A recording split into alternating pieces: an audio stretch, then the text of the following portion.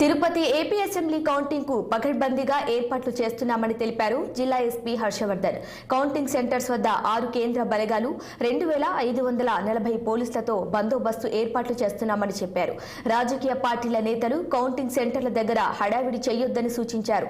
ఇప్పటికే 620 మందిపై బైండ్ ఓవర్లు పెట్టామని, 57 మందిపై రౌడీ షీట్స్ ఓపెన్ చేశామన్నారు. సెష్ 2 మాల్ ట్రీట్లు ఏర్పాటు చేశామని తెలిపారు. 144 సెక్షన్ 30 యాక్ట్ జిల్లాలో అమల్లో ఉందని, విజయోత్సవ ర్యాలీలు సంబరాలు చేయకూడదని హెచ్చరించారు.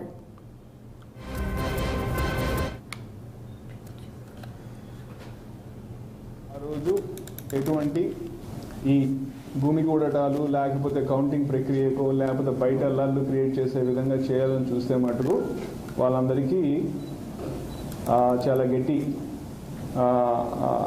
యాక్షన్ తీసుకోవడం జరుగుతుంది. సో